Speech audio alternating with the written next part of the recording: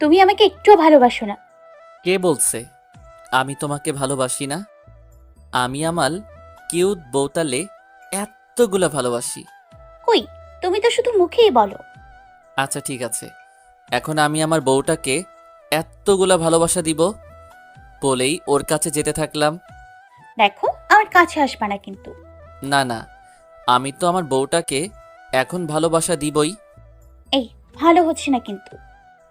কে শুনে কার কথা? আমি ওর কাছে যেতেই সেই লেভেলের ধাক্কা। ওরে মারে, বাবারে, গেল রে, আমার কোমরটা বুঝি গেল রে। এমন সময় আম্মু এসে, কি রে, এই সাত সকালে সারের মতো চেঁচাচ্ছিস কেন? আম্মু তোমার বৌমা আমারে ধাক্কা দিয়ে ফেলে দিছে। আরে কান্না থামা। আর বৌমা মানে? বিয়ে করলি কবে? আর তুই ফ্লোরে কেন? যা শালা, আমি তো বিয়েই করিনি, তাহলে কি স্বপ্ন দেখলাম? প্রতিদিন এই একই কাণ্ড করিস, আর কত ভাল লাগে এসব। তো তোমার এই পিচ্চি ছেলেটাকে বিয়ে করিয়ে দাও।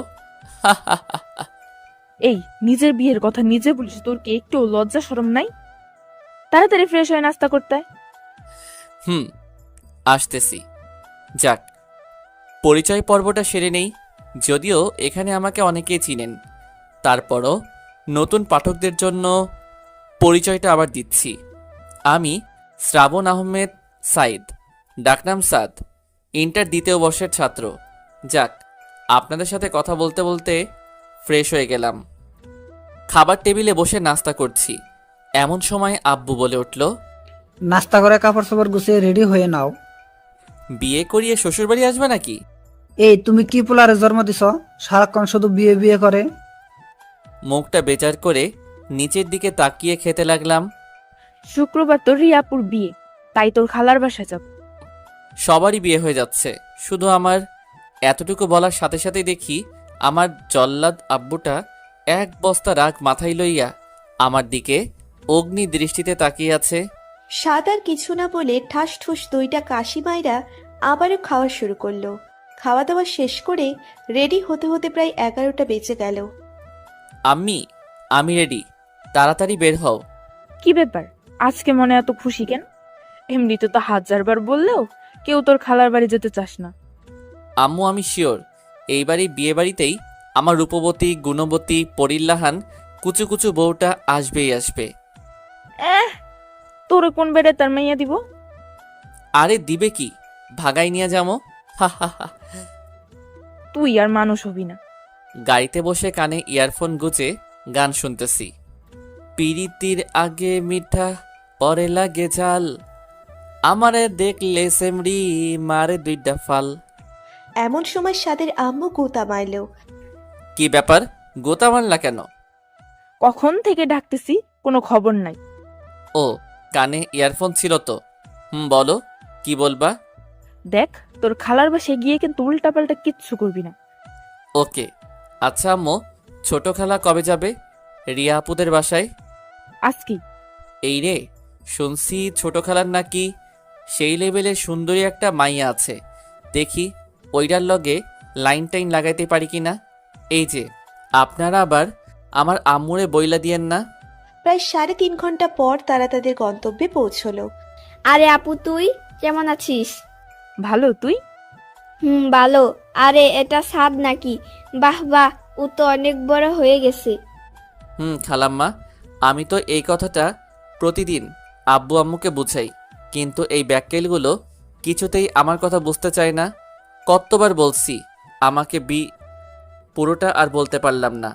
আম্মু আমারে গোতা মাইরা কইল, আই চুপ থাক।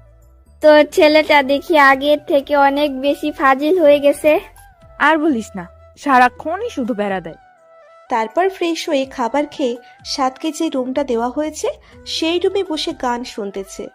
এমন সময় সাদের আম্মু রুমে আসলো, সাথে একটা পরিল্লাহান মাইয়া লইয়া। আম্মা, বউ পাইয়া গেছি। ওই হারামজাদা, চুপ থাক, এইটা তো রিয়াপু। কথাটা শোনার পরপরই বাংলা সিনেমার নায়কদের মতো আমার মনের ভিতর দুঃখের ঢেউ বইতে লাগলো। কে রে, ফজলামি এখনো সারস নাই? আমাকে বিয়ে করে নাও, দেখবা সব ফাইজলামি উধাও।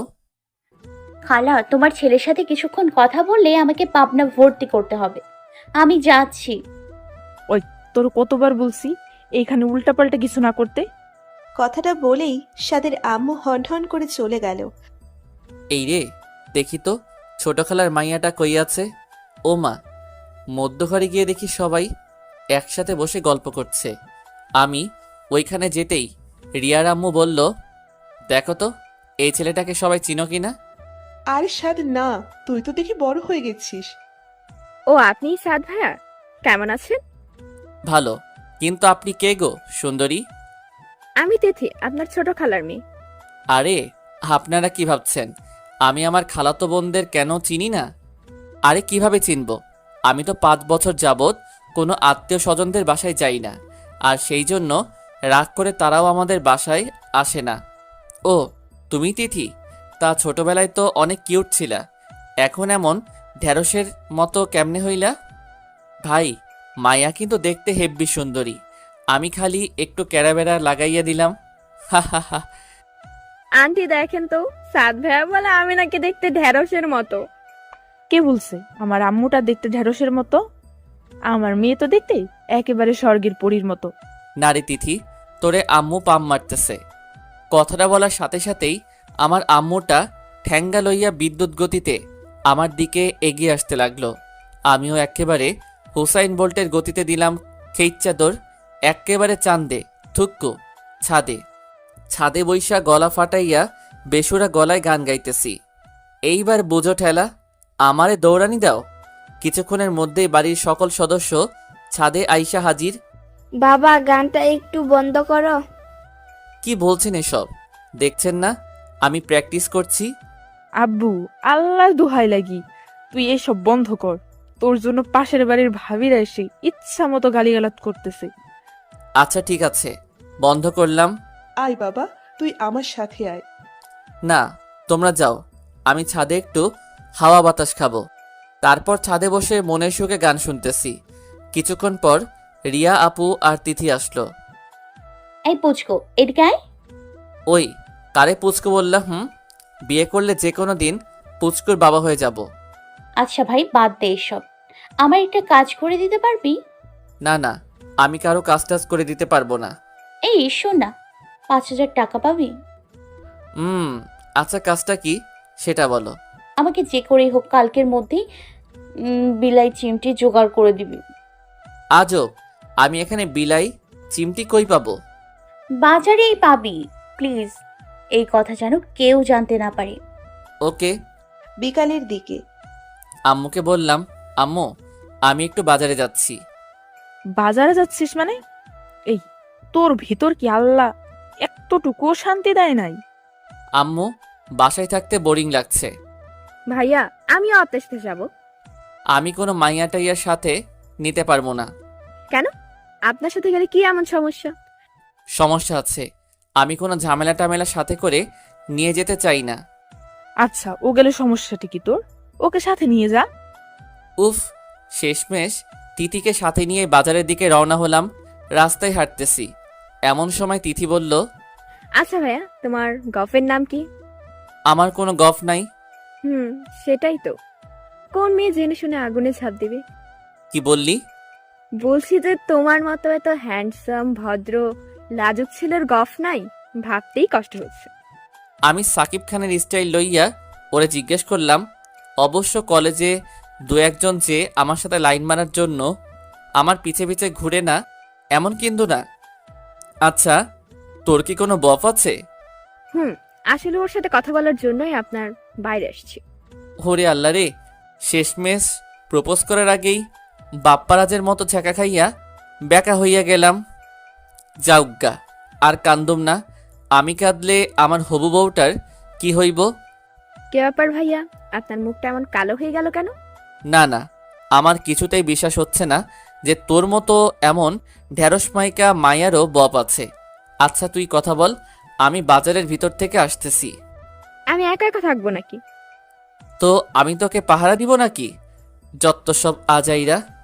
প্লিজ ভাইয়া, প্লিজ। আচ্ছা আচ্ছা, তাড়াতাড়ি শেষ করবি। শালার তিথি তার বফের সাথে কথা বলে আর বৈশা বৈশা গান গাই। ফাইটটা যায়, ও বুকটা ফাইটটা যায়। বন্ধু যখন বফ লইয়া আমার লগে বইয়া বইয়া মনের সুখে প্রেম চালায়, ফাইটটা যায়, বুকটা ফাইটটা যায়। ভাইয়া চলো। হুম। তারপর বাজার থেকে বিলাই চিমটি নিয়ে বাসার দিকে রওনা হলাম। আচ্ছা ভাইয়া, তুমি কি কাউকে লাইক করো? আই মিন লাভ। আরে দেখ, এসব আমাকে দিয়ে হবে না। কেন? না, আমি মানছি তুমি একটু ফাজিল, কিন্তু এমন কেউ তো আছে যে তোমার এই ফাজলামিগুলোকে ভালোবাসে। আরে দেখ, এমন মাইয়া এই পৃথিবীতে কেন, মঙ্গল গ্রহেও খুঁজা পামু না। কি ভাই, সত্যি না? আরে বাবা বাবা, ওয়েট করো। হুম। তারপর বাসায় ফিরে রিয়া আপুর কাছে গেলাম। এই আনছিস? কিন্তু আপু, এই বিলাই চিমটি কিসের জন্য? সময় হোক সব বুঝতে পারবি। তারপর রাতের খাবার খেয়ে রুমে এসে শুয়ে আছি, এমন সময় তিথি এসে, কি ভাইয়া, কি করছেন? কেন, দেখতে পাচ্ছিস না? সব সময় এত রেগে থাকো কেন? একটু ভালোভাবেও তো কথা বলতে পারেন। ওই শোন, আমাকে এত জ্ঞান দিতে আসবি না, যত সব আজাইরা, যা ভাগ এখন। আচ্ছা, যাচ্ছি যাচ্ছি। সকালে ঘুম থেকে উঠে ফ্রেশ হয়ে সাদ রাস্তায় হাঁটতেছে। এমন সময় রিয়া পেছন থেকে ডাকা শুরু করলো। কি ব্যাপার আপু, ডাকছো কেন? আরে আজকে আমার সাথে একটু শপিং এ যাবি? আমি পারবো না, তিথিকে নিয়ে যাও। ছেলেটা একটা কথাও শোনে না। ধ্যাৎ। শালার সকাল থেকে মেজাজটা পোড়াই হট হয়ে আছে। আচ্ছা আপনারাই বলেন তো, কারো পছন্দের মানুষটা যদি অন্য কারো হয়ে যায়, কার মেজাজটা ভালো থাকবে? তিথি তো আরেকটার সাথে লাইন মারে, আর রিয়া আপু তারও বিয়ে হয়ে যাচ্ছে, একসাথে দুইটা ছাকা খেয়ে ফেললাম। অবশ্য তিথির জন্য আমার এতটুকু খারাপ লাগছে না, কিন্তু রিয়া আপুর জন্য কেন জানি বুকের বাম পাশটা হাহাকার করছে। এ যেন এক কঠিন যন্ত্রণাদায়ক অনুভূতি, যেটা হয়তো কখনোই ভাষায় বা লিখে প্রকাশ করা সম্ভব না। কিন্তু আমাকে যে এই কঠিন বাস্তবতাটা মেনে নিতেই হবে। আমি যে চাইলেও আর আমার ভালো লাগার মানুষটাকে আমার করে নিতে পারবো না। রাস্তার পাশে বসে এসব কথা ভাবতেছি, এমন সময় আমার কাঁধে কারো হাতের স্পর্শ অনুভব করলাম। পিছনে ফিরে দেখি খালা, মানে রিয়ার আম্মু। খালা, তুমি এখানে? আচ্ছা, তুই এমন চুপচাপ হয়ে গেছিস কেন? তুই তো এমন না। তোর কি কিছু হয়েছে? আরে না খালা, আমার কি হবে? দেখ, আমি কিন্তু তোকে খুব ভালো করে চিনি। আমার কাছে লুকাস না। কি হয়েছে আমাকে বল। আচ্ছা খালা, আমার আপন কেউ আমার থেকে দূরে সরে গেলে আমার যদি কষ্ট হয়, আমি তাকে খুব ভালোবাসি, আমি তাকে খুব বেশি ভালোবাসি। তুই তাকে সত্যি ভালোবাসিস, কিন্তু তুই এসব কথা কেন জিজ্ঞাসা করছিস? না এমনি। আচ্ছা খালা, চলো বাসায় যাই। চল। বাসায় এসে নাস্তা করে বারান্দায় বসে আছি, এমন সময় আম্মু এসে, কিরে, এখানে বসে কি করতেছিস? তোর আপুর সাথে একটু মার্কেটে যা তো। সাদ কিছু বলে ওঠার আগেই রিয়া বলে উঠল। সাদ চল, আমি রেডি। আমিও আর না করতে পারলাম না। তারপর আমি, তিথি, ছোট খালা, রিয়া আপু, খালা মার্কেটের উদ্দেশ্যে রওনা দিলাম। কি ব্যাপার, তুই আমার চুপচাপ হয়ে আছিস কেন? তোর কি কিছু হয়েছে? আরে না না, এমনি ভালো লাগছে না।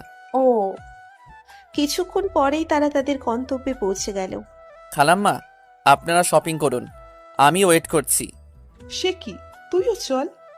না না, আপনারা যান। তারপর সবাই একটা গহনার দোকানে গিয়ে ঢুকলো। যাওয়ার সময়ে রিয়া আপু বারবার কেমনভাবে যেন আমার দিকে তাকাচ্ছিল।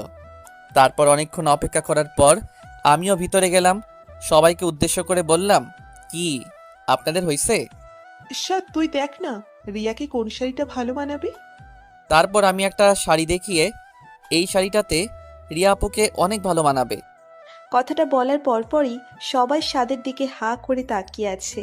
কি ব্যাপার, তোমাদের পছন্দ হয়নি? না না, পছন্দ হবে না কেন? এটা প্যাকেট করে দিন। তারপর গহনার দোকানে গিয়ে ছোট খালা বলল, দেখ তো সাদ, রিয়ার জন্য এই গহনাগুলো পছন্দ করছি। আমার মনে হয় এই গহনাটা রিয়া আপুকে অনেক ভালো মানাবে। ওমা, সবাই তো দেখি আগের মতোই আমার দিকে হা করে তাকিয়ে আছে। ছোট খালা তো বলেই ফেললো। তোরা রিয়ার পছন্দ তো সেম সেম। আমি রিয়া আপুর দিকে তাকাতেই আপু একটু ইতস্ততা বোধ করে নিচের দিকে তাকিয়ে আবারও আমার দিকে তাকিয়ে থাকে। আচ্ছা, আপনাদের হয়ে গেলে চলেন। বাসায় ফেরার সময় গাড়িতে কিছুক্ষণ পরপরই রিয়া আপু কেমনভাবে যেন আমার দিকে তাকাচ্ছে। আমি দেখেও না দেখার ভান করে কানে ইয়ারফোন গুজে আমার মতো করে বসে আছি। রাতের খাবার খেয়ে রুমে ঘুমানোর চেষ্টা করছি, কিন্তু কেন যেন কোনোভাবেই ঘুম আসছে না। দু চোখ দিয়ে আমার অজান্তেই জল গড়িয়ে পড়ছে। বুকের বাম পাশটায় এতটাই কষ্ট হচ্ছে যে অনিচ্ছা সত্ত্বেও কান্না করে দিছি। সারাটা রাত আর ঘুমোতে পারিনি। ভোরে বিছানা থেকে উঠে বারান্দায় এসে বসে আছি। এমন সময় কেউ একজন পিছন থেকে বলে উঠল। ঘুম হয়নি বুঝি? পিছনে তাকাতেই আমি আঁতকে উঠলাম। রিয়া আপু তুমি? তুই ভালোবাসিস আমায়? হুম, অনেক অনেক বেশি। মুহূর্তের মধ্যেই রিয়া উধাও। আসলে সারাটা রাত ঘুমোতে পারিনি তো, তাই হ্যালোসিনেশন হচ্ছে। গোসলখানায় গিয়ে ইচ্ছে মতো চোখে মুখে পানি দিলাম। সকালে নাস্তা করার কিছুক্ষণ পরেই আব্বু আমার রুমে আসে। আরে আব্বু, তুমি কখন আসলা? এই তো কিছুক্ষণ আগে। ও, আমার একটা কথা রাখবি? এইভাবে বলছো কেন? তুমি আমার বাবা, তোমার কথা কি আমি ফেলতে পারবো? তুই রিয়াকে বিয়ে কর। আব্বু এসব কি বলছো? রিয়া আপুর তো অন্য কারোর সাথে বিয়ে ঠিক হয়ে গেছে। হ্যাঁ, কিন্তু কিছুক্ষণ আগে আমরা জানতে পারি যে ওই ছেলেটারও আগে একটা বিয়ে করেছে, আর সে বউয়ের একটা ছোট মেয়েও আছে। এখন তুই বল, তুই কি এমন একটা লম্পট ছেলের হাতে তোর বোনকে তুলে দিতে পারবি? হ্যাঁ, কিন্তু উনি তো আমার 4 বছরের সিনিয়র। আর তাছাড়া আমি তো এখনো অনেক ছোট্ট। কথাগুলো বলতেছি, এমন সময় হঠাৎ আমার চোখ গেল রুমের দরজার দিকে। দেখি রিয়ার আম্মু আব্বু ছোট খালা সহ সবাই দরজার কাছে দাঁড়িয়ে আমার দিকে তাকিয়ে আছে। এই যা, আর বেশি ওভার অ্যাক্টিং করা যাবে না, তাইলে আর আমার বিয়েটা। আমি নিচের দিকে তাকিয়ে আচ্ছা ঠিক আছে, আমি রাজি। পরক্ষণে সবার মনে যেন খুশির বন্যা বয়ে গেল। শুকুর আলহামদুলিল্লাহ। কি আমি বলছিলাম না আমার ছেলে আমার কথা ফেলতেই পারবে না? তারপর সাদের আম্মুই সে সাদকে পাঞ্জাবি সহ বিয়ে করতে যা যা কাপড় চোপড় লাগে তা দিয়ে বলল। আব্বাজান তাড়াতাড়ি রেডি হয়ে নেন। হুম। তারপর আম্মু চলে গেল, আর আমি রুমের দরজা লাগিয়ে হেই, লুঙ্গি ড্যান্স, লুঙ্গি ড্যান্স, লুঙ্গি ড্যান্স, লুঙ্গি ড্যান্স। ওই মেয়েরা, আপনারা হাসেন কেন? আরে আপনারাও নাচেন, আর আমি যাই রেডি হইয়া বিয়াটা কইরা লাই।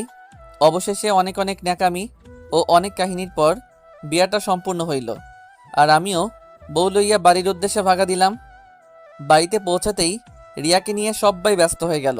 শালার আমার যেন কোনো দামই নাই। অবশেষে এক বদনা দুঃখ মনে লইয়া উসাইন বোল্টের গতিতে এক্কেবারে ছাদে। কিছুক্ষণ পরেই ছাদে কয়েকটা পোলাপাইন আসার আভাস পাইলাম। এই রে আমি শেষ। এই হারামিগুলো কেমনে খবর পাইল? কি রে নিমু খারাম, বিয়ে করে ফেললে একবার জানানোর প্রয়োজনটা মনে করলি না? তো তোদের কে খবর দিছে? আরে বেটা, খবর দিবে কেন? ও তো এখন বউ পেয়ে গেছে, এখন কি আর আমাদের প্রয়োজন আছে? আব্বে হালা, থামবি তোরা? আমি দুঃখের ঠেলায় বাঁচি না, আর তোরা মজা লস। ওই মজালয় মানে হারামি কোথাকার, একা একা বিয়ে করে ফেলছিস? আমি কি করব? আম্মু আব্বু জোর করে করাই দিছে। আচ্ছা এসব বাদ দে, আমাদের ট্রিটটা দিয়ে দে। আমরা তোকে নিজ দায়িত্বে বাসর ঘরে ঢুকিয়ে দিচ্ছি। ট্রিট মানে? কিসের ট্রিট? ওমা কি বলে, আমরা এত কষ্ট করে ওর বাসর ঘর সাজালাম, আর এখন বলে কিসের ট্রিট? এই যা, তোরা ছাড়া আমার আর কে আছে বল? আমার কোনো প্রয়োজনে তো তোরাই এগিয়ে আসবি, তাই না? দেখ, এখন আর এসব পামটাম মেরে কাজ হবে না, তাড়াতাড়ি ওইটা বের কর। উফ, অবশেষে অনেক পামটাম মাইরাও কোনো লাভ হলো না। পকেট আমার ফাঁকা করে তবেই ছাড়লো। প্রায় 12টার দিকে হারামিগুলো আমাকে এক প্রকার জোর করেই বাসর ঘরের সামনে নিয়ে গেল। পাশের বাসার ভাবিদের কমেন্ট, এই যে মিস্টার, যেভাবেই হোক বেড়ালটা কিন্তু মাইরেন, হা হা হা। তারপর হারামিগুলা আমাকে ধাক্কা দিয়ে বাসর ঘরে ঢুকিয়ে দিয়ে বাইরে থেকে দরজা লক করে দিল। উফ, কি ঝামেলায় পড়লাম রে বাবা। 10 মিনিট ধরে দাঁড়িয়ে আছি, ওনার কোনো রেসপন্সই নাই। শালার আমারে সালামটা পর্যন্ত করলো না, মনে হয় টের পাই নাই। ঠাস ঠুস 2টা কাশি মারলাম, তাও লাভ হলো না। যাউগা, যা হবার হবে। আমি কিছুটা ভয়ে ভয়ে ওর কাছে গেলাম। ঘুমটা সরাতেই জোরে চিৎকার, মাগো বাবা গো, বাঁচাও, ভূত ভূত। এমন সময় রিয়া আমার মুখ চেপে ধরে। ওই চিল্লাস কেন? ও তুমি? তা এমনভাবে তাকাইয়াছিলা কেন? তো কেমন ভাবে তাকাবো রে? ওই তুই আমাকে বিয়ে করলি কেন? বিয়ে করলাম কেন মানে? এই তোমার বিয়ে ভেঙে গেছিল, আর আমি তোমাকে বিয়ে করে তোমার এবং তোমার পরিবারের সম্মান রক্ষা করছি। আইসে তুই জানিস আমি কত কষ্ট করে এই বিয়েটা ভাঙছি, আর তুই আমার সব কষ্টগুলো মাটি করে দিলি। কি, তুমি বিয়ে ভাঙছো? কিন্তু কেন? সেটা তোকে বলবো কেন? আচ্ছা, যা হবার তা তো হয়ে গেছে, প্লিজ ওসব ভুলে যাও। কি হয়ে গেছে? এখনো কিচ্ছু হয়নি। আর ভুলে যাব মানে? আয়, তুই কাছে আসছিস কেন? তো কি করব? দেখ, ভালো হচ্ছে না কিন্তু, তুই আমার কাছে আসবি না। আসলে কি করবা? এই, ভালোই ভালোই বলতেছি, দেখ আমাকে ছুবি না, এই বিলাই চিমটি লাগিয়ে দেবো কিন্তু। এক লাফে ওর থেকে দূরে সরে গিয়ে, এই না। আচ্ছা, তুমি বাসর ঘরে বিলাই চিমটি নিয়ে আসছো কেন? নিয়ে আসবো না তো কি করব? আমি তোকে খুব ভালো করেই জানি তুই একটা ফজিলের হাড্ডি, তোকে এমনিতেই সোজা করা যাবে না, তাই মেডিসিনটা নিয়ে আসছি, বুঝলা বাবু? আচ্ছা ঠিক আছে, আমি তোমার কাছেও আসবো না, তোমাকে ছুবও না, প্লিজ ওটা ফেলে দাও, আমি ঘুমাবো। এই, খাটে আসছিস কেন? যা নিচে গিয়ে ঘুমা। আমি নিচে ঘুমাতে পারি না। তাহলে বিলাই চিমটি মারি? প্লিজ না। আচ্ছা, নিচেই ঘুমাচ্ছি। হায়রে কপাল, বাসরাতে মানুষ বউয়ের আদর খায়, আর আমি নিচে শুয়ে মশার কামড় খাচ্ছি। ভাবি গো, আমি তোমাদের কথাটা রাখতে পারি নাই, আমি বিড়ালটা মারতে পারি নাই গো। Wow wow wow. আই, চুপ করবি নাকি বিলাই চিমটি মারবো? না না থাক। অবশেষে এক বস্তা দুঃখ মনে লইয়া মশার সাথে যুদ্ধ করতে করতে ঘুমিয়ে পড়লাম। সকালে রিয়ার ডাকে ঘুম ভাঙলো। আম্মু, আর একটু ঘুমাতে দাও তো। ওই, আমি তোর আম্মু হই? ভালো করে খেয়াল করে দেখি, এটা রিয়া। ও তো তো তো- তুমি। তাহলে উঠে ফ্রেশ হয়ে নাও। যা শালা, তুই থেকে তুমি। এখন থেকে তোকে তুমি করেই বলবো। সত্যি আপু? এই, আপু বললি কেন? তো কি বলবো বউ? না, নাম ধরে ডাকবা। আপু শুনো, থুকু রিয়া। বলো। বলছি যে তার মানে তুমিও আমাকে সামথিং সামথিং। জি না, আমি আপনাকে কোনো দিনও না। আমি চাই না আমাদের মধ্যে যেই দূরত্বটা, সেটা অন্য কেউ জানুক। দ্যাট ভালো লাগে না। তোমার যা খুশি করো গিয়ে, ফ্রেশ হয়ে নাস্তা করতেছি এমন সময়। আজকে তো চুপচাপ। এখন থেকে চুপচাপই থাকবো। কি কি বললি শুনতে পাইনি। আব্বু খাও তো। তোদের জন্য একটা সারপ্রাইজ আছে।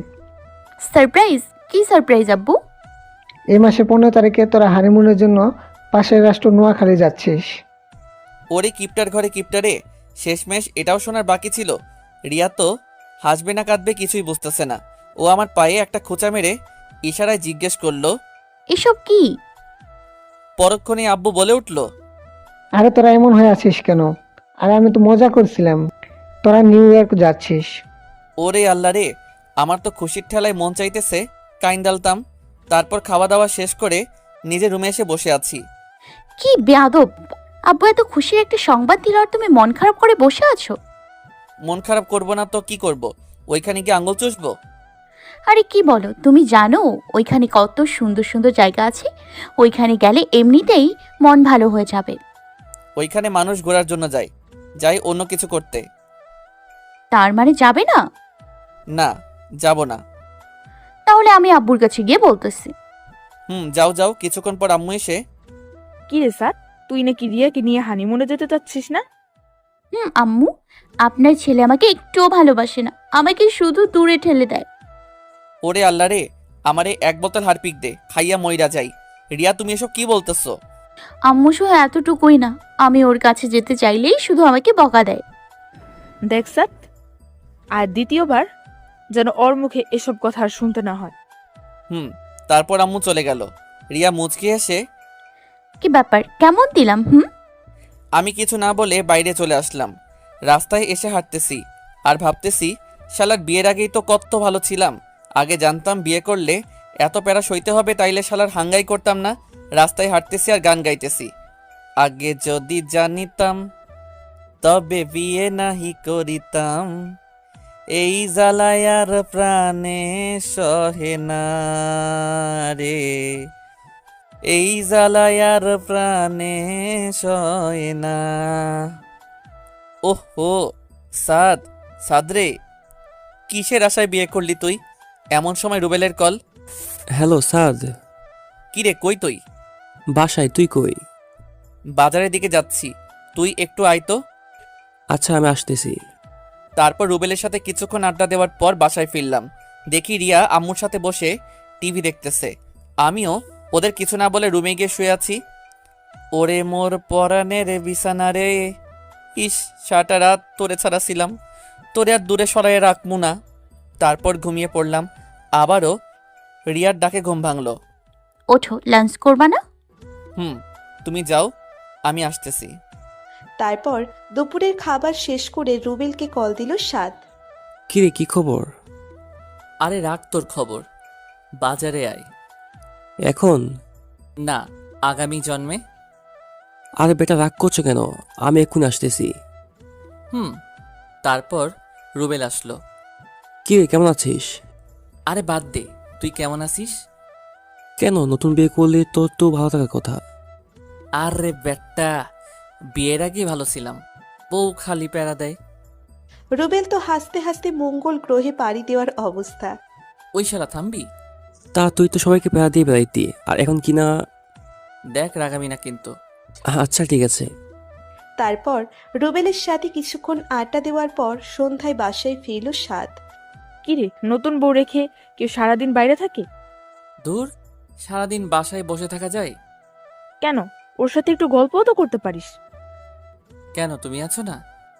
তোর সাথে কথা বলাটাই ভুল। রাতের খাবার খেয়ে বিছানায় শুয়ে আছি। কি মিস্টার, আমার সাথে কথাটা বলো, রাগ করলা নাকি? রাগ করব কেন? তারপর দেখতে দেখতে আমাদের হানিমুনে যাওয়ার সময় চলে আসে। আজ 15 তারিখ। ভোরে ফ্রেশ হয়ে তাড়াতাড়ি বাসা থেকে রওনা দিলাম। সকালের ফ্লাইটে আমাদের নিউ ইয়র্ক যাওয়ার কথা। যাক বাবা, ভালোই ভালোই নিউ ইয়র্কে এসে পৌঁছালাম। ফ্রেশ হয়ে হোটেলের রুমে এসে বিশ্রাম করছি। কি ব্যাপার, শুয়ে আছো কেন? আজব, এত দূর জার্নি করে আসছি, একটু বিশ্রাম নিব না? চলো না একটু বাইরে থেকে বেরিয়ে আসি। তোমার মন চাইলে যাও, আমি ঘুমাবো। এক প্রকার রাগ করে বিছানায় এসে শুয়ে পড়ল সাদ। আমি বিছানা থেকে উঠে নিচে গিয়ে শুতে যাব, এমন সময় রিয়া বলে ওঠে, কি ব্যাপার, কই যাচ্ছ? কেন, ঘুমাবো না? নিচে শুতে হবে না, বিছানায় ঘুমাও। তার মানে এটা হয়ে গেছে? জি না, মধ্যে কোলবালিশ থাকবে। আর খবরদার, যদি আমাকে টাচ করছো তো বিলাই চিমটি কিন্তু এখানেও নিয়ে আসছি। আল্লাহ গো, আমি কি এমন অপরাধ করছি যে এই মাইয়া আমারে এত শাস্তি দিতেছে? রাতটা কোনোভাবে কাটানোর পর সকালে নাস্তা সেরে রিয়াকে নিয়ে বের হলাম। রাতে ওর কথা শুনে আমার চোখ তো কপালে উঠে গেল। বলে কি মাইয়া! আমি ড্রিঙ্ক করব। দেখো, এসব ভালো না। এসব খেলে উল্টোপাল্টা অনেক কিছু করে ফেলবা। আমি বলছি খাবো, ব্যাস খাবো। উফ, শেষ পর্যন্ত ওর জোরাজুরিতে ড্রিঙ্ক অর্ডার করলাম। এই তুমি খাও, আমি একটু ওয়াশরুম থেকে আসছি। তুমি খাবে না? না, আমি ওসব খাই না। তারপর ওয়াশরুম থেকে ফিরতেই রিয়া আমার কাছে এসে আমাকে জড়িয়ে ধরল। আমি ওকে ছাড়ানোর চেষ্টা করছি, কিন্তু কোনোভাবেই পেরে উঠছি না। তারপর রিয়া সাদকে জড়িয়ে ধরেই বিছানায় পড়ে গেল। তারপর সাদকে জোর করে কিস করে ফেলল। রিয়া ছাড়ো, কি করছো এসব? তারপর রিয়ার কাছ থেকে নিজেকে কোনোভাবে ছাড়িয়ে আমি বাইরে যেতে যাব, এমন সময় ও আমাকে পেছন থেকে জড়িয়ে ধরে। এই, আমার কাছে আসো না, আমাকে ভালোবাসো না। আফাগো, আমারে সাইরা দেন, আমি বিলাই সিমটির চুলকানি সহ্য করতে পারবো না। তারপর ও আমাকে ওর নিচে ফেলে আমার উপর বসে, ওর পরনের জামা টেনে ছিঁড়ে ফেলতে লাগলো। আমি আর ঠিক থাকতে পারলাম না, ওকে ধাক্কা দিয়ে ফেলে দিয়ে দিলাম খেইচ্ছা দৌড়। দৌড়াতে দৌড়াতে এক মেয়ের সাথে ধাক্কা, চিৎ পটাং। সরি সরি আপু। হেই বাঙালি। ইয়েস। ওহ, আমিও বাঙালি। তা আপনি ওভাবে দৌড়াচ্ছেন কেন? আর বইলেন না, আমার বউটা ড্রিঙ্ক করছিল, এখন উল্টাপাল্টা করতেছে। আচ্ছা চলেন তো দেখি। তারপর ওনাকে নিয়ে রুমে এসে দেখি রিয়া ঘুমিয়ে পড়ছে। আরে উনি তো ঘুমিয়ে পড়েছে। আচ্ছা আপু, আপনি কি ওর ড্রেসটা চেঞ্জ করে দিবেন? আপনি ওনার হাজবেন্ড না? হ্যাঁ, মানে আমি তো মেয়েদেরকে ড্রেস পরাতে পারি না। ওহ, আচ্ছা ঠিক আছে, আমি চেঞ্জ করে দিচ্ছি। তারপর আমি বাইরে এসে অপেক্ষা করতে থাকলাম। হয়ে গেছে। থ্যাঙ্কস। আরে এতে থ্যাঙ্কস দেওয়ার কি আছে? আমরা এই সামনের রুমটাতেই উঠেছি। ভাবিকে কালকে আমাদের সাথে পরিচয় করিয়ে দিন, অনেক খুশি হব। হুম, অবশ্যই। তারপর আমি রুমে গিয়ে নিচে বিছানা করে ঘুমিয়ে পড়লাম। সকালে ঘুম ভেঙে দেখি রিয়া এখনো ঘুমাচ্ছে। আসলে ঘুমন্ত অবস্থায় রিয়াকে একটু বেশি মায়াবী লাগে, যেন এক ভিনদেশি পরী। খুব ইচ্ছে করছে ওকে একটু ছুঁয়ে দিতে। আরে না না, পরে আবার টের পেয়ে গেলে কি না কি ভাববে। আরে না, শুধু একটু ছুঁয়েই তো দেখব, টের পাবে না। তারপর যেই ওকে ছুঁতে যাব ঠিক তখনই ওর ঘুম ভেঙে যায়। তুমি ছি ছি, শাক তুমি এত বাজে তুমি। এসব বলতেছে ঠিক তখনই ও খেয়াল করে দেখে যে ওর ড্রেস চেঞ্জ করা, আর সাথে সাথেই ঠাস। আমি গালে হাত দিয়ে ওর দিকে বোকার মতো তাকিয়ে আছি। তুই তুই এটা করতে পারলি? তুই এত খারাপ, আমি স্বপ্নেও ভাবি নাই তুই এমন খারাপ একটা কাজ করতে পারবি। রিয়া, বিলিভ করো, আমি তোমার কোনো ধরনের ক্ষতি করিনি। তারপর রিয়া আমার গালে আরেকটা থাপ্পড় মারলো। তোকে আমার চেনা হয়ে গেছে। আমি ভেবেছিলাম তুই ফাজিল হলেও তোর মনটা অনেক ভালো, কিন্তু তুই তুই একটা কেন করলি? আমি আর কিছু না বলে রুম থেকে বেরোতে যাব, এমন সময় রাতে যে বাঙালি আপুটা আমায় হেল্প করছিলেন। আরে উনি কোথাও যাচ্ছেন নাকি? আমরা আরো ভাবলাম আপনার স্ত্রীর সাথে পরিচিত হব। না মানে কোথাও যাচ্ছি না, আসেন আপনারা ভিতরে আসেন। উনি হচ্ছেন আমার হাজবেন্ড। হাই, আমি ইমন। হাই, আমি সাদ। রুমের ভেতরে যেতে রিয়া সাদের দিকে তাকিয়ে ইশারায় কিছু একটা বলতে চাইলো। রিয়া, ওনারা আমাদের সামনের রুমটাতে উঠেছে, আর ওনারাও বাঙালি। আপনারা বসুন না। তারপর ওনাদেরকে রিয়ার সাথে পরিচয় করিয়ে দিলাম। আদ্রিতা, তাহলে তুমি আর রিয়া আপু গল্প করো, আমি আর সাথে একটু বাইরে থেকে বেরিয়ে আসি। ওকে। তারপর আমি আর ইমন দুজনে হাঁটতেছি। আচ্ছা, আপনি যদি কিছু মনে না করেন একটা কথা জিজ্ঞেস করব? আরে এতে কিছু মনে করার কি আছে, বলেন। না মানে আপনার আর রিয়া আপুর মধ্যে কি কিছু হয়েছে, বা আপনি কি রিয়া আপুকে পছন্দ করেন না? আরে না না, তেমন কিছু না। ও অন্যদিকে আদ্রিতা ও রিয়ার মধ্যে যেসব কথাবার্তা চলছে। আচ্ছা রিয়া, সাদ ভাই কি তোমাকে পছন্দ করে না? আরে পছন্দ করবে না কেন? না মানে রাতে যা ঘটেছে তা দেখে আমার মনে হচ্ছে সাদ ভাইয়ের সাথে তোমার সম্পর্ক তেমন ভালো নাই। রাতে কি ঘটেছিল? তারপর আদ্রিতা রাতের সব ঘটনা খুলে বলল। তার মানে রাতে আপনি আমার ড্রেস চেঞ্জ করেছেন? হুম। আচ্ছা আপু, ড্রিঙ্ক করলে মানুষ কেমন ধরনের উল্টোপাল্টা কাজ করে? কেন, তুমি জানো না? না মানে আমি তো ওসব সম্পর্কে জানি না। ড্রিঙ্কস করলে মানুষ তার কাছে থাকা মানুষটা ভালোবাসা পেতে চায়, আর তা না সে পেলে জোর করতে থাকে। কি আপনি মজা করছেন না তো? না, আমি মজা করছি না। তার মানে আমিও সাদকে রাতে এসবের জন্য জোর করছি, কিন্তু আমার সাথে এসব করে নাই। আর আমি কিনা আবার ওকে সকালে, না না না, আমি এটা কি করলাম? এমন সময় আদ্রিতা বলে ওঠে। রিয়া, কি ভাবছো? না আমি কিছু না। তারপর আমি আর ইমন হোটেলে ফিরলাম। তা আপনাদের গল্প করা শেষ হয়েছে? রিয়া বাই, আর বিকেলে কিন্তু আমরা সবাই একসাথে ঘুরতে যাব, কেমন? ওকে। তারপর ওরা চলে গেল। চলো, খাবে? সরি। সরি কেন? বিশ্বাস করো, আমি সত্যিই জানতাম না ড্রিঙ্ক করলে এমন হয়। আদ্রিতা আপু আমাকে সব বলছে। আচ্ছা ঠিক আছে, বাদ দাও এসব, চলো নাস্তা করব। হুম। তারপর নাস্তা করে রিয়াকে নিয়ে একটু বাইরে থেকে বেরিয়ে এসে রুমে ফিরল সাদ। তা কেমন লাগলো আজ? সত্যি বলতে আজ আমি আমার লাইফের সব থেকে বেশি এনজয় করছি। তারপর দেখতে দেখতেই আমাদের বাড়ি ফেরার সময় হয়ে গেল। আজ রাতেই আমাদের ফ্লাইট। ইমন আর আদ্রিতার কাছ থেকে বিদায় নিয়ে আমরা এয়ারপোর্টের উদ্দেশ্যে রওনা হলাম। পরের দিন সকালে আমরা আমাদের গন্তব্যে পৌঁছালাম। বাসায় ফিরে ফ্রেশ হয়েই রুবেলকে কল করলাম। কি রে হারামি, কি খবর? তুই দেশে আসবি, আমাকে জানাবি না? সরি রে দোস্ত। আচ্ছা, বিকেলে আড্ডাখানায় আসতেছি। আচ্ছা। তারপর বিকেলে আড্ডাখানায় যেতেই। কিরে, তুই সাত না? না, মঙ্গল গ্রহের এলিয়েন। আরে বেটা, রাগ করছস কেন?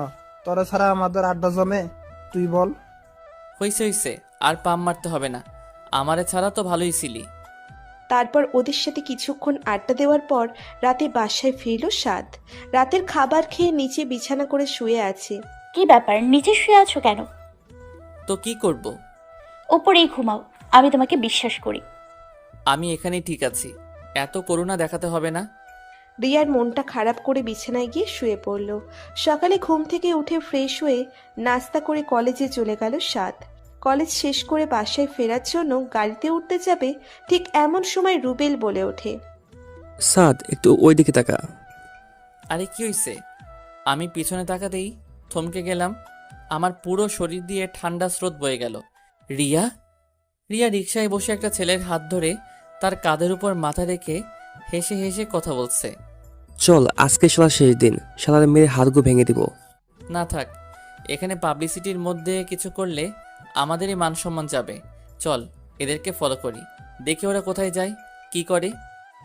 তারপর সাদ ওদেরকে ফলো করতে করতে দেখে ওরা সাদদের বাসার সামনের রাস্তায় এসে ওই ছেলেটা রিক্সা থেকে নেমে রিয়াকে বাসায় উঠিয়ে দিয়ে ও একটা অন্য গাড়ি ধরে অন্য একটা রাস্তায় রওনা দিল। রুবেল এবং সাদ ওর পিছন পিছন যেতে থাকে। তারপর কিছু দূর যাওয়ার পর ওই ছেলেটা একটা বাড়ির ভিতরে ঢুকে যায়।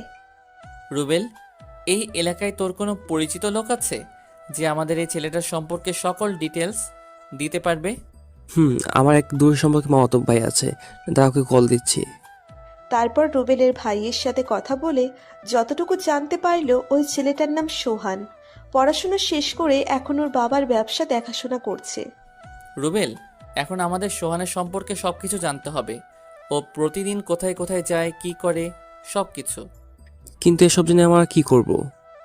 দেখ, আমাদের যদি মনে হয় যে ভালো ছেলে ও রিয়ার যোগ্য, তাহলে আমি নিজে রিয়াকে ওর হাতে তুলে দিব। পাগল হয়ে গেছিস নাকি? কি বলছিস সব? হ্যাঁ, ঠিকই বলছি। তাহলে তোর কি হবে? আমি যতটুকু জানি তুইও তো রিয়াকে ভালোবাসিস। হ্যাঁ, ভালোবাসি বলেই তো আমি ওর কষ্টটা সইতে পারবো। ও যার কাছে ভালো থাকতে পারে, আমি তার হাতেই ওকে তুলে দিব। দেখ সাদ, আমি তোর সাথে একমত না। দেখ তোর ফ্যামিলি কেউই এটা মেনে নেবে না। আরে, আমার ফ্যামিলিকে ম্যানেজ করার দায়িত্ব আমার। তাহলে তুই যা ভালো মনে করিস তাই কর, আমার কথা তো আর শুনবি না। প্লিজ দোস্ত, রাগ করিস না। তুই ছাড়া আমার আর কে আছে বল? আচ্ছা ঠিক আছে, আমি দেখতেছি। তারপর বাসায় সাজ যেতেই কিরে এত দেরি করলি কেন? আম্মু, একটা ফ্রেন্ডের বাসায় গেছিলাম, তাই দেরি হয়ে গেছে। ওহ আচ্ছা, ফ্রেশ হয়ে তাড়াতাড়ি আয়। রিয়া সেই কখন থেকে তোর জন্য না খেয়ে বসে আছে। আচ্ছা তুমি যাও, আমি ফ্রেশ হয়ে আসতেছি। তারপর খাবার শেষ করে রুমে এসে শুয়ে আছে সাদ। এমন সময় রিয়া এসে কে মিস্টার, কোনো ফ্রেন্ডের বাসায় গিয়েছিলেন? সাদ রিয়াকে কোনো জবাব দিল না। কি ব্যাপার, কিছু বলছো না কেন? রিয়া সাদের কাছে এসে তার কপালে হাত দিয়ে, কি ব্যাপার, তোমার শরীর কি খারাপ? এক ঝটকায় ওর হাতটা কপাল থেকে সরিয়ে নিয়ে, এই তুমি আমাকে টাচ করছো? কি ব্যাপার, তুমি এমন বিহেভ করছো কেন? এমনি। এই তুমিটাকে আমার আর সহ্য হয় না, আর তোমার এই নোংরা হাতে আমাকে আর কখনো টাচ করবা না। রিয়া নিশ্চুপ হয়ে শুধু আমার দিকে তাকিয়ে আছে। আমি ওকে আর কিছু না বলে বাসা থেকে বেরিয়ে আড্ডাখানায় চলে আসলাম। তারপর ফ্রেন্ডদের সাথে আড্ডা দিয়ে রাতে বাসায় ফিরলাম। কিরে এত রাত করলি কেন? একটু কাজ ছিল। আচ্ছা ফ্রেশ হয়ে খেতে আয়, রিয়া তোর জন্য অপেক্ষা করছে। আম্মু, আমি খাবো না, বাইরে থেকে খেয়ে আসছি। বাইরে থেকে খেয়ে আসছিস মানে?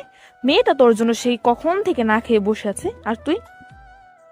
উফ আম্মু, এত কথা বইলো না তো। আর তাকে বলে এত ঢং করতে হবে না, আমার জন্য অপেক্ষা না করে নিজে খেয়ে নিতে।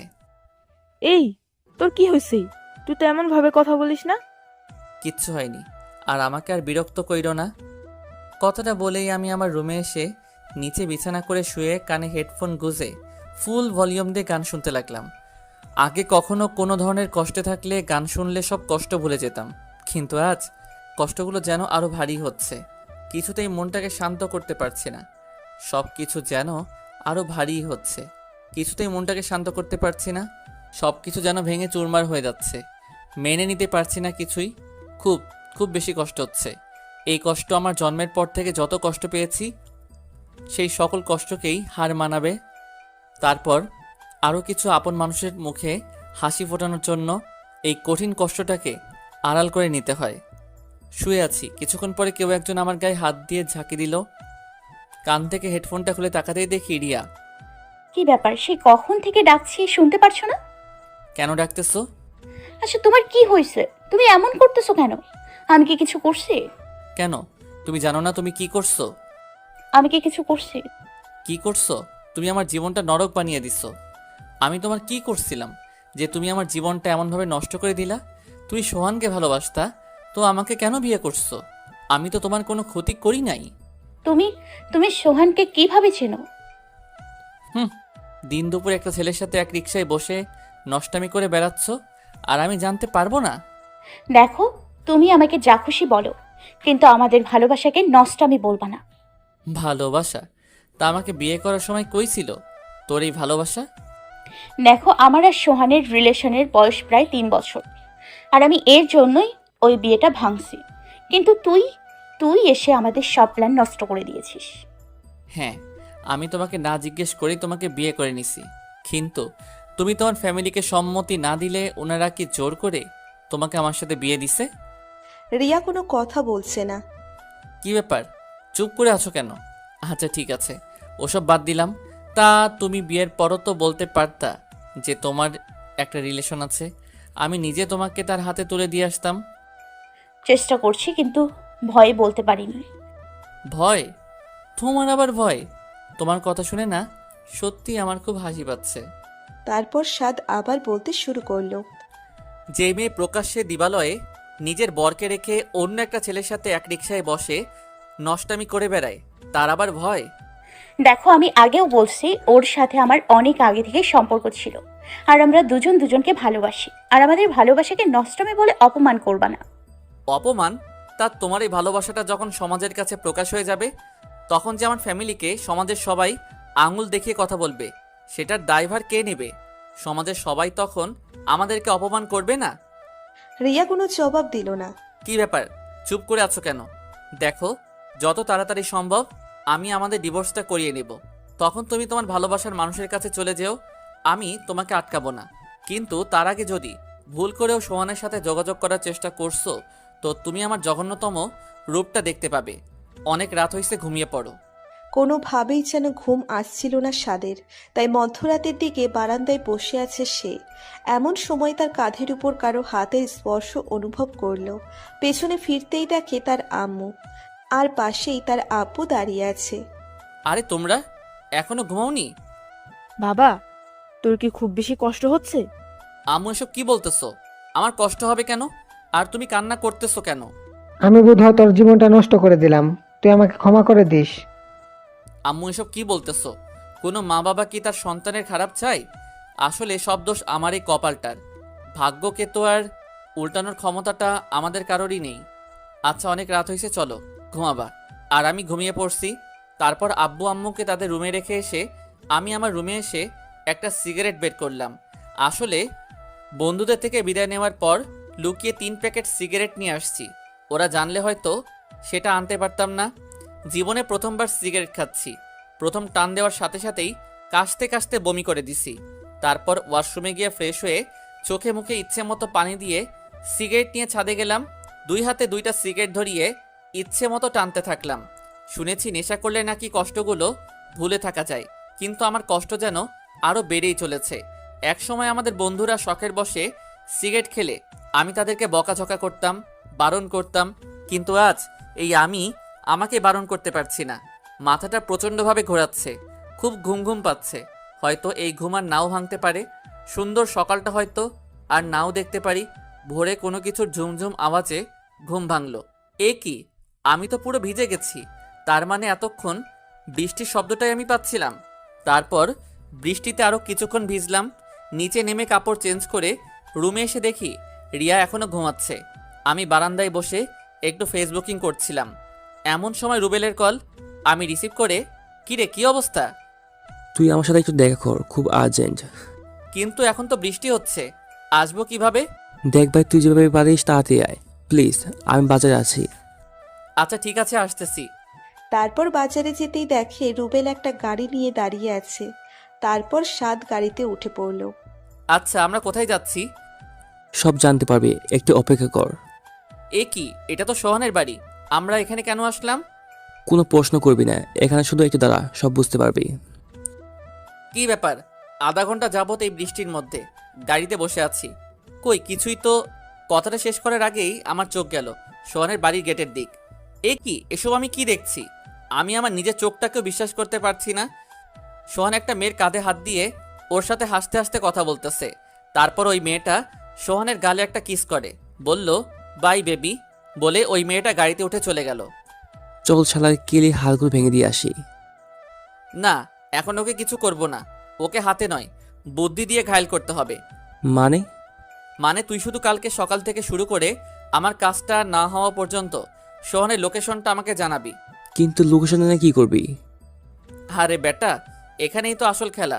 ও যেহেতু আজকে একটা মেয়ের সাথে রুম ডেট করছে, সো ওর আরও কয়েকটি মেয়ের সাথে রিলেশন আছে।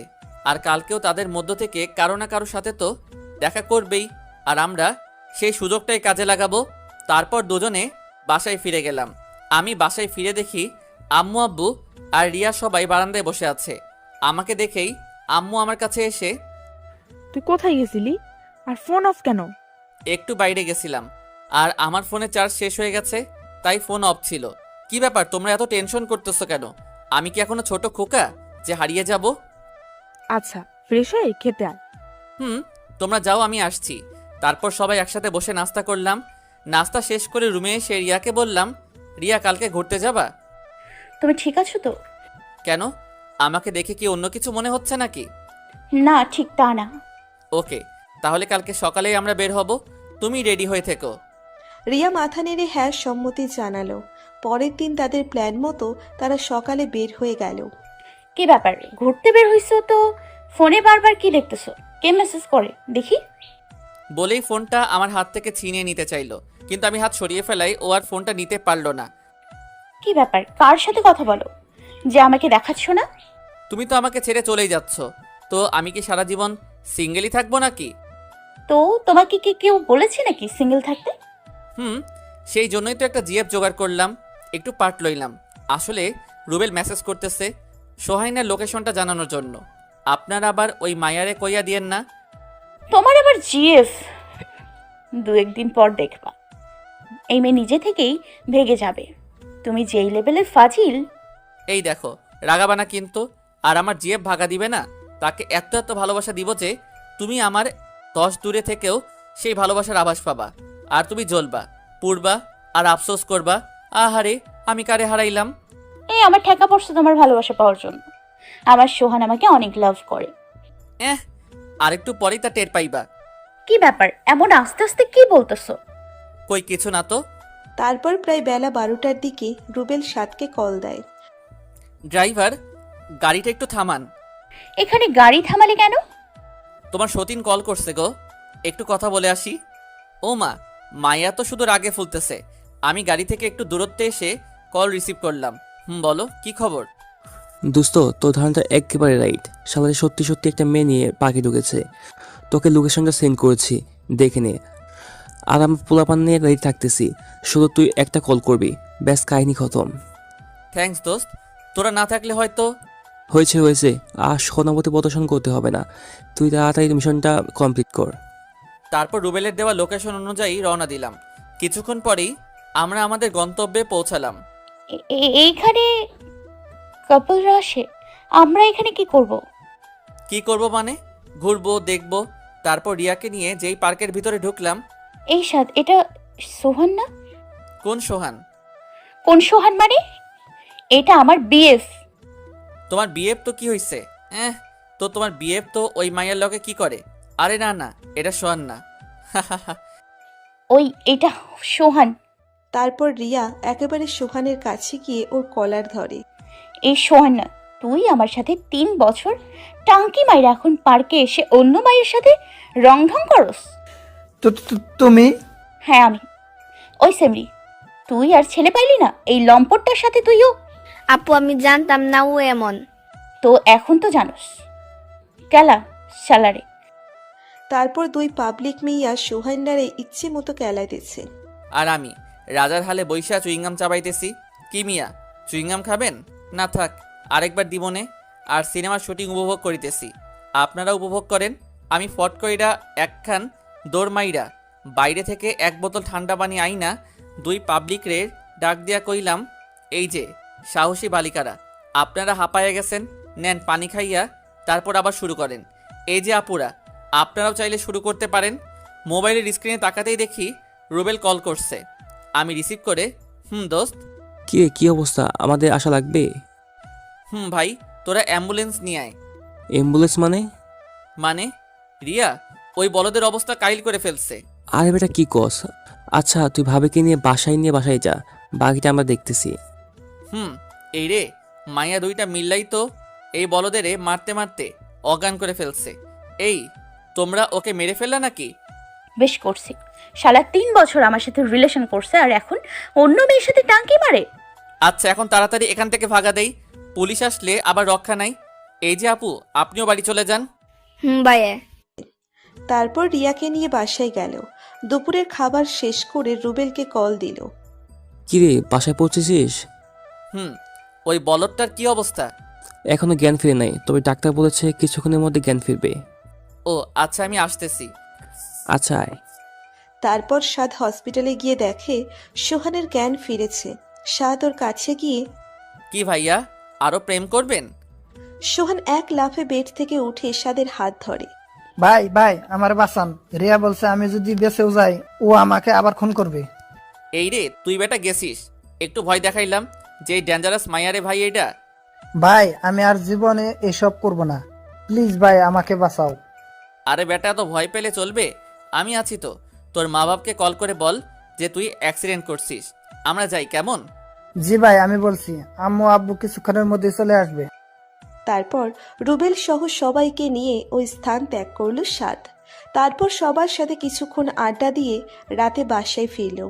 রুমে ঢুকতেই দেখে রিয়া বিছানায় বসে 2 পায়ের হাঁটুতে মাথা গুজে কান্না করতেছে।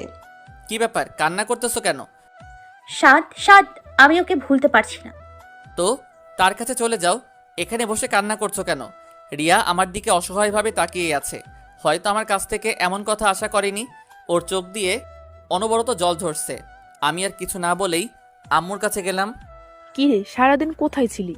দেখ তো রিয়ার কি হয়েছে, সে কখন থেকে কান্না করতেছে। আরে রাখো তো, যত সব ঢং। ক্ষুধা লাগছে, খাবার দাও। রিয়াও খায় নাই, ওকে একটু বল না খেয়ে যেতে। দেখ আম্মু, তুমিও না। আচ্ছা খাবার দাও, আমি রুমে নিয়ে যাচ্ছি। তারপর খাবার নিয়ে রুমে এসে, এই যে খাবারটা খেয়ে নেন। কি ব্যাপার, চুপ করে আছেন কেন? কি বলছি শুনতে পাচ্ছেন না? এই, তুমি কার জন্য কান্না করতেছো?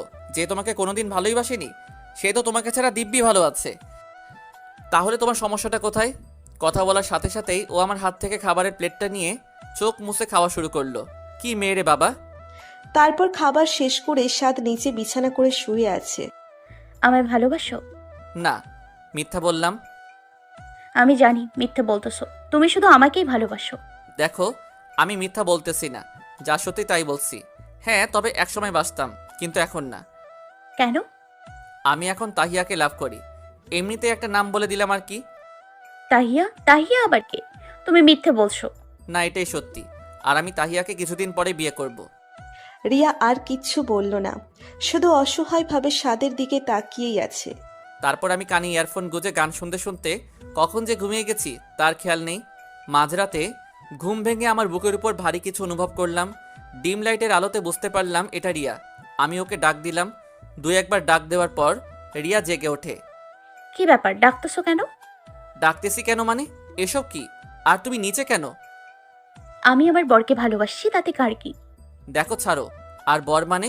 কয়েকদিন আগেও তো আমাকে সহ্য করতে পারতা না। কে বলেছে? তুমি এমন একটা মানুষ যে কোনো মেয়ে তোমার কাছে কয়েকদিন থাকলেই দুর্বল হয়ে পড়বে। দেখো, আমি ছোট হতে পারি, কিন্তু অবুঝ না। কই, এতদিন তো আমাকে ভালোই বাসতা না, আর এখন এত ভালোবাসা কোথা থেকে উতলাই উঠতেছে? প্লিজ, আগে যা হয়েছে তার জন্য আমাকে মাফ করে দাও। প্লিজ আমাকে মেনে নাও। দেখো, এটা সম্ভব না, কারণ আমি তাহিয়াকে কথা দিয়ে দিছি। আর আমি তোমার জন্য নিষ্পাপ একটা মেয়ের মন ভাঙতে পারবো না। আর কারো মন ভাঙলে কি পরিমাণ কষ্ট হয় সেটা তুমি ভালো করেই জানো। ঠিক আছে, আমি আর তোমাকে বিরক্ত করব না। তুমি যাকে নিয়ে ভালো থাকবে তাকে নিয়েই থাকো। কথাটা বলেই ও আমার কাছ থেকে উঠে চলে যেতে লাগলো। আমি খপ করে ওর হাতটা ধরে ফেললাম। কি ব্যাপার, হাত ধরছো কেন? বলছি তো তোমাকে আর বিরক্ত করব না। ওকে একেবারে আমার কাছে টেনে নিয়ে, এই তুমি কি কিছুই বোঝো না? তুমি চলে গেলে আমি কি ভালো থাকতে পারবো? তাহলে তাহি আর কি হবে গো? আরে তাহি আমার জিএফ না, ওটা এমনিতেই বলছিলাম যেন তুমি তোমার ভালোবাসার কথাটা আমায় বলো। তুমি মিথ্যে বলতেছো। না সোনা, আমি এতটুকু মিথ্যা বলতেছি না। তাহলে গাড়িতে ফোনে কার সাথে কথা বলছিলা? আরে ওটা তো রুবেল ছিল। কিন্তু রুবেল ভাইয়া তোমাকে একটু পরপর কেন মেসেজ করছিল? আসলে তোমার সোহান যে 2 নাম্বার মাল, সেটা আমার ওকে প্রথম দেখাতে মনে হয়েছিল। আর পরে খোঁজ খবর নিয়ে দেখি যে আমার ধারণাটা পুরোটাই সঠিক। কিন্তু সেই কথাটা যদি আমি নিজে তোমাকে বলতাম তাহলে হয়তো তুমি বিশ্বাস করতে না। তাই চালাকি করে লাইভে দেখিয়ে দিলাম। কি মিয়ারা, কামটা ভালা করছি না? বাবা, আমি তো জানতাম তুমি ফজিলের ডিব্বা, কিন্তু এখন তো দেখি অন্য কিছু। দেখতে হবে না বরটা কার। এই শোনো না, আমার না একটা পিচ্চি ফাজিলের ডিব্বা লাগবে। ও মা, এটা কেমন কথা? আমি এখন পিচ্চি ফাজিলের ডিব্বা কই পাবো? তুমি চাইলেই তো দিতে পারবা। কথাটা বলেই ও লাইট অফ করে দিল। আম্মু গো, বাঁচাও! তোমার এই পিচ্চি ছেলেটার সাথে তোমার বোনের মেয়েটা কি যেন করতে। এতটুকু বলার সাথে সাথেই রিয়া আমার ঠোঁটে ওর ঠোঁটটা চেপে ধরলো। প্রায় 5 মিনিট পর ছাড়লো। কেমন লাগছে সোনা? আমাকে ছেড়ে দাও, আমি আম্মুর কাছে যাব। Wow, wow, wow. এই একদম ন্যাকামো করবা না, তাহলে কিন্তু বিলাই চিমটি লাগিয়ে দিব। এখনো কিন্তু ওটা খরচ করিয়ে নি। ওই মিয়া, আরো জানতে চান? তাইলে বিয়া কইরা রান। সাত সকালে ঘুম থেকে উঠে ফ্রেশ হয়ে নাস্তা করতে গেল, তখন তার আম্মু বলল, কি রে, রাতে চেঁচাইলি কেন? এই রে কাম সারছে, এখন কি কমু? এমন সময় রিয়া আমার পায়ে খোঁচা দিয়ে ইশারায় বলল যে আমি যেন কিছু না বলি। ও বলবে আসলে আম্মু, আপনার ছেলে কিছুদিন যাবত নাকি খারাপ স্বপ্ন দেখতেছে, আর এই স্বপ্ন দেখেই রাতে চেঁচামেচি করে। তা আমরা কি নাতি নাতনি মুখ খুব তাড়াতাড়ি দেখতে পারবো? রিয়া কিছুটা লজ্জা পেয়ে নিচের দিকে তাকিয়ে বলল, কিভাবে দেখবেন আম্মু? আপনার ছেলে তো আমাকে ভালোই বাসে না। রিয়া এসব কি বলছে? না না আব্বু, আমি ভালোবাসি তো। গুড। আর যেন রিয়ার মুখে এসব কথা আমাদের শুনতে না হয়। জি আব্বা। 2 বছর পর সাদ এবং রিয়ার একটা ফুটফুটে মেয়ে হয়। তাদের মেয়ের নাম রাখে রাত্রি। তারা তাদের মেয়েকে নিয়ে সুখেই আছে। এভাবে ওদের ভালোবাসাটা যেন সারা জীবন থাকে, সেজন্য সবাই দোয়া করবেন।